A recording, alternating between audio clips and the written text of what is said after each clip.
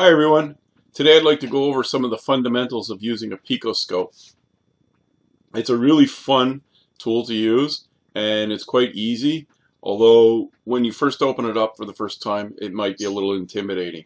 But have no worries, it's quite simple to use.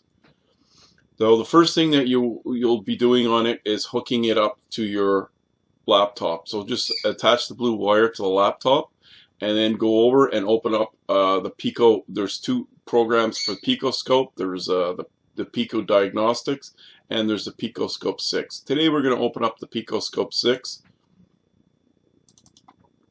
and I'll just wait for it to open up, and there it goes, and it's going to say that no device was found, and do I want to go in demo mode, which is exactly what I will be doing. And here we go. It's waiting for data, and there's the data going across the screen. So what we'll do is we'll start up here in the file section just so you can see all the controls and get familiar with them, and you'll see how simple it is to use this machine. The file, the first one, just like is called file, and when you look at it, you're going to have the connect device if you're not hooked up, like I am not, and you can actually open up some programs that you may have saved. So say you did a session and you wanted to save it, this is where you go over to save your session, and so you can look it up again. For example, right now I could open up something that I'd saved and be able to kind of analyze it away from the car.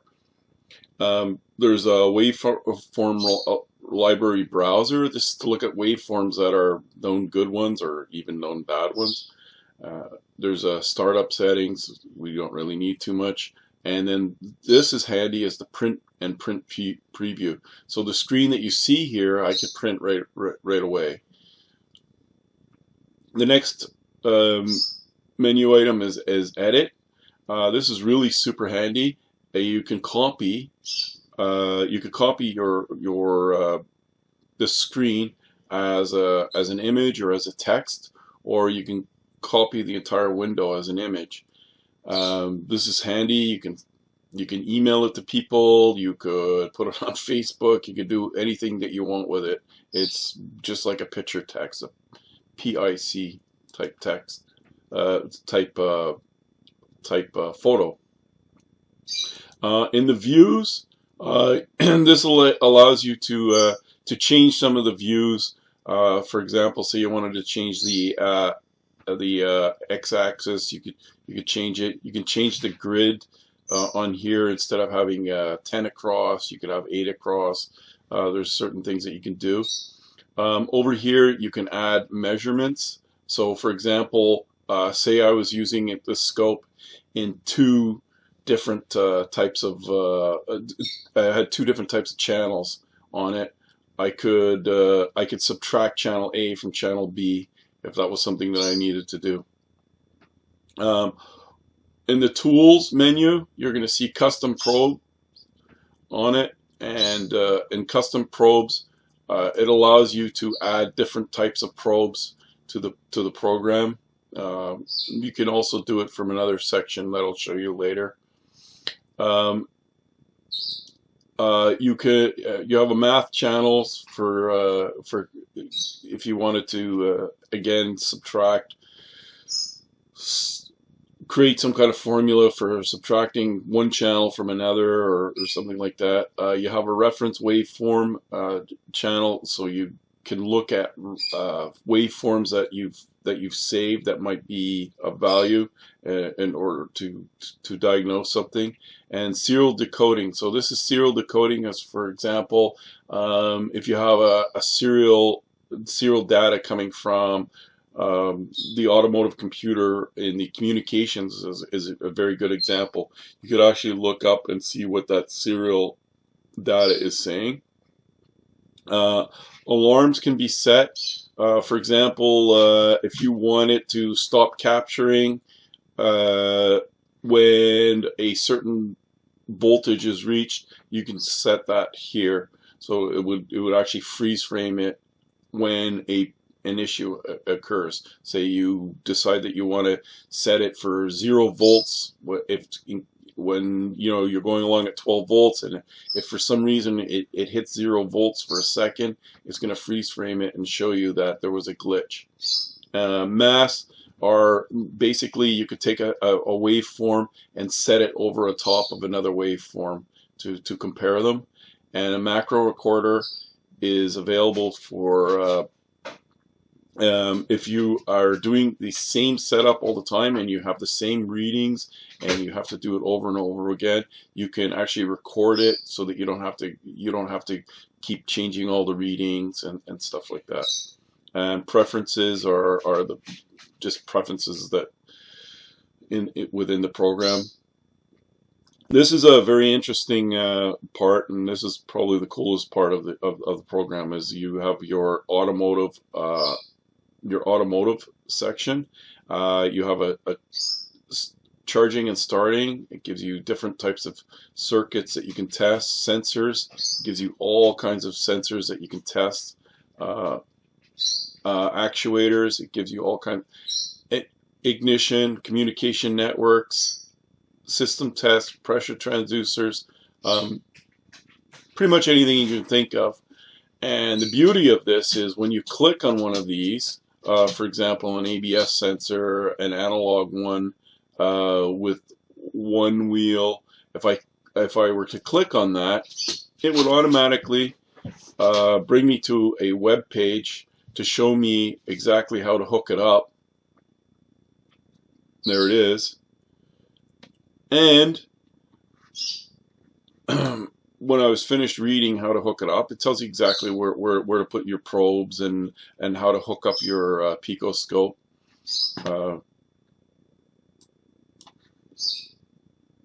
When you get back to your Pico screen, it will automatically have chosen what divisions you should have, the voltages, and also the speed of the sensor. So, and this is actually a waveform that is a good one.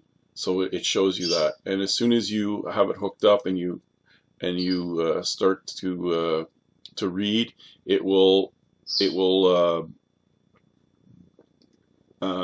everything's all set to do it that way. So what I'm going to do is I'm going to go back to our demo. Okay. Ta-da. Okay. The next row is this button here is the scope mode. So it switches to a time-based scope mode. This one here is the auto setup, which gives the best settings to capture the current signal. So, for example, you have everything hooked up. You're not really sure the voltages. You're not really sure what time you should put it at. Hit this button, and it's going to get you there. It's going to put you in the general vicinity. It might not be perfect. You might have to do some small adjustments, but it's going to at least get you set up. Home button is just brings reloads all the default settings. So you have a bunch of settings, you don't know what you changed, hit the home button, it gets you back. This button here is your collection time. It's in time per division. So it's basically, if you look down here, you have your 10 boxes going across, and each of those are in 5 millisecond intervals. So you have up to 50 millivolt. You can change this around. You can change your divisions around. So, for example, if I change this to 2, you're going to see that my screen is changed, and that down here I have now 2 divisions. So this is how you set your times. This one here is just your number of samples. So it will tell the computer to save a certain amount of samples per second or per kilosecond, and it's good for when you go back and review, so that you can have a clear picture of it. I would avoid putting it up too high because if you are going to save anything, it will cause you to use too much memory.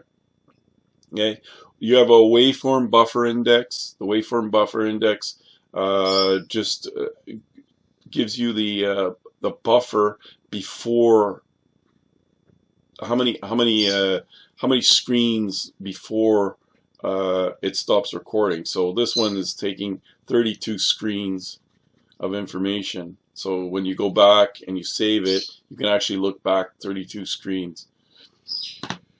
This one is your zoom. So it's a horizontal zoom. It's if I was to click on that, a window pops up here, and what I can do is I can change my zoom to different times, and you can see that the window down here is changing. And so this is the window that I would be seeing when I actually zoom in. Over here is your different types of different types of thing that you could pick. I can actually move the screen using this if my screen was stopped, and I can zoom in on a screen if I want to see it bigger. I can just keep zooming in on it, or I can zoom out. Super handy. Okay, and this one here is to undo your zoom. So I don't want any zoom. I want it back exactly the way it was. There, I just undo everything, and I'm back. And this one is to zoom to full view. So if I use the zoom to full view, it should come to as big as I can get it on the screen. The next row I'm going to show you. I'm going to skip this row for now, and I'm going to come down to this row because this one is the timing or the triggers and stuff, and running it. So basically right now I have it in the run mode, okay, which is go. And so this is the one I'm going to click whenever I want to see a live data. And when I want to stop capturing, I just push on the other one and it will stop capturing. Okay, this is not a really good way. This is not a really good way to try and stop your waveform, but you can use it. The best way to stop your waveform is to use a trigger. So what I'm going to do is I'm going to pick over here trigger. You have 3 different ones to choose from. Actually, there's multiple triggers you can choose, but there's 3 here. There's a repeat, a single, and an auto. Auto is nice and easy, and what it does is it's going to lay down a trigger point. So on this machine, you can, on this program, you can just grab that and drag it where you want. So what I've chosen, the next box that you see down here is which trigger you want to choose it for, which channel. Okay, so we are only working on channel A, but you'll see that we're going to look at the other channels when we go up to the top. You can also choose the trigger to be on the rising edge, so that would be the edge going up, or the falling edge. So it actually will trigger on the back side of this. I don't know if you can see that. I can make this a little wider. Oh, sorry, that's the wrong button. I can make this a little wider so you can see it. See, it's on the falling edge here, and this one is on the rising edge. So this is actually a live. This is actually live right now. So I haven't captured it. It's live. It's running. You can see that it changes once in a while. It's in demo mode, so it's really nice and clean. But even on a car, when you're using it on a car, you're going to see that once you capture it with the trigger, it's going to pretty much stay where you want it to stay. So I'm just going to capture that, stop it from moving. Okay, and then I'm going to come up here and we're going to talk about this line. Okay, so this is a 4-channel oscilloscope. So what you're going to see is 4 different channels here.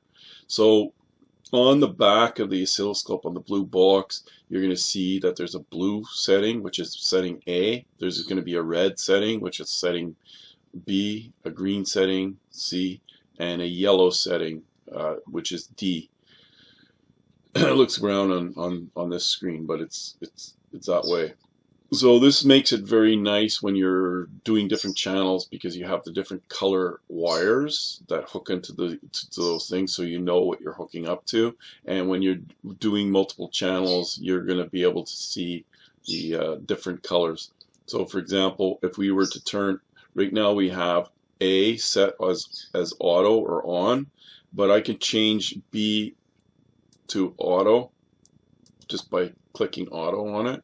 And if I had this running, you're going to see that a demo pattern has appeared as A. Okay, so this is actually a ramp.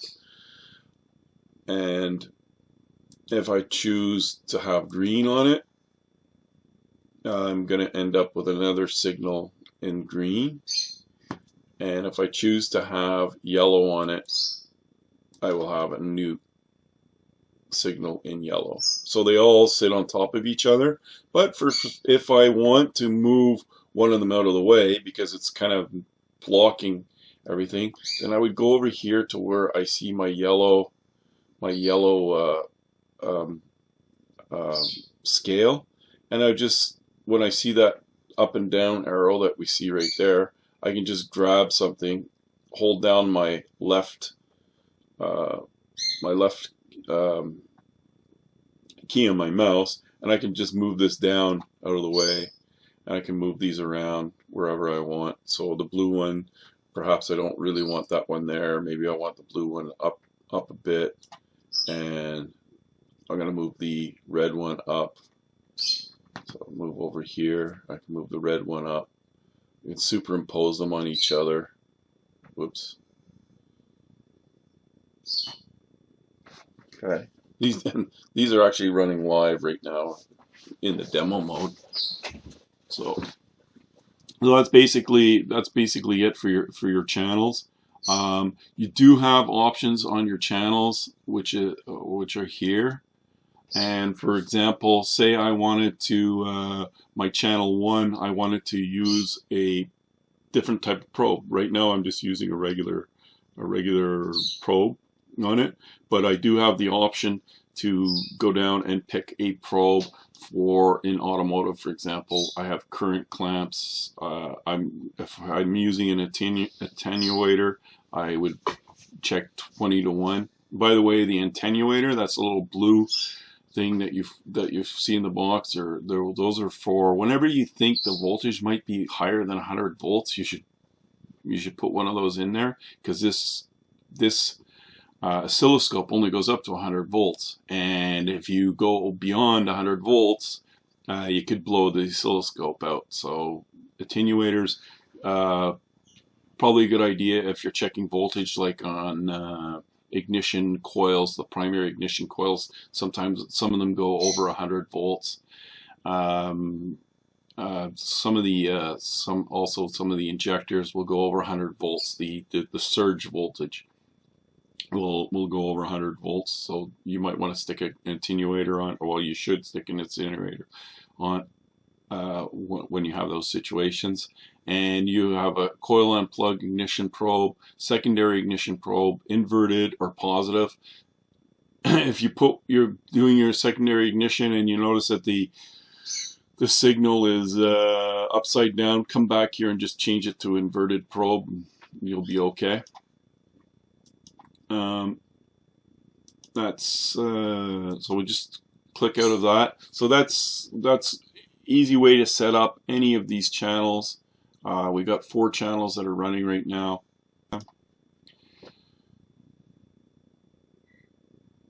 Okay, so I've reset our demo program, and I put it on the auto, and there we go. So I reset our demo program, and the last thing, what I wanted to show you is how we can take these measurements. So we can do them live, like this is a live screen, but it's always better, for me it's always better just to capture it, because then you're getting, it's easier to measure. So up here in the left hand corner is your measuring for your horizontal, which is your voltage. So I would just grab this, and by left clicking and holding it down and then pulling down my my dotted line to the top, and right up here it's going to tell me how many volts that I have on that one line. Now if I want to know the voltage from the very bottom to the very top, because it's only or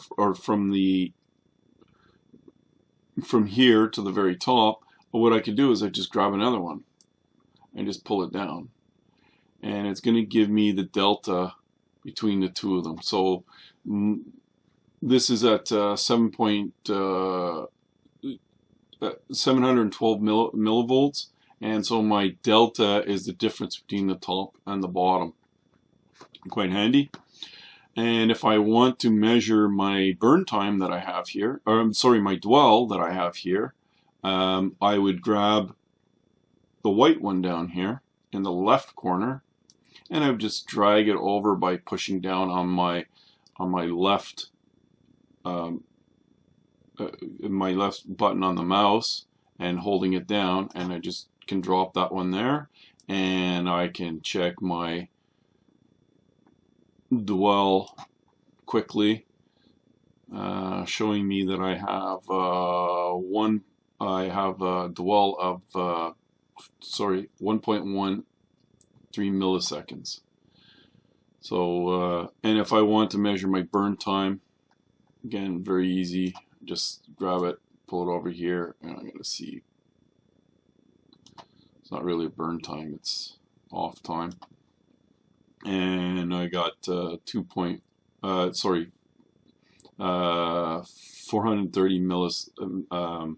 microseconds. That's pretty much it. I think with this information, anybody should be able to get going on these scopes. Super easy to use. There is a lot of options on it, but chances are you're not going to use most of the options. But they're there if you need them. So I hope you enjoy using the Pico scope.